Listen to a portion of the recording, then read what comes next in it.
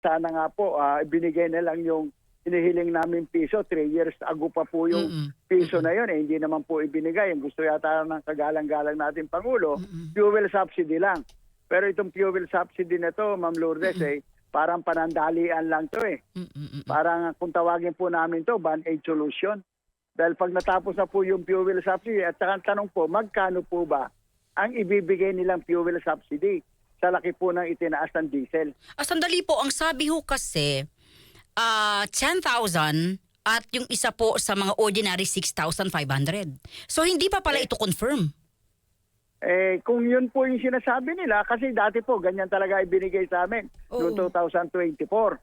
Pero noong 2024 po marami ring hindi nakakuhang mga mga driver kasi ganito po yan, Ma'am Lourdes. Sana po kasi minsan may mga operator din, tabi-tabi na po sa mga operator, kinukuha hindi nila binibigay sa driver, pero dapat po yan ibigay po sa driver. Sa driver po talaga yan eh.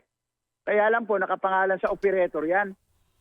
Ma'am Lourdes, at ang pwede pong kumuha niyan, hindi po driver, operator din ang pupunta sa land bank para makuha po nila yung card. Tapos kailangan bigay mo po sa driver yan. O kaya lang may mga operators na hindi po binibigay kay driver. Correct po kayo. Okay. Kaya dapat po gawan ng paraan ng LTFRB yan na talagang dapat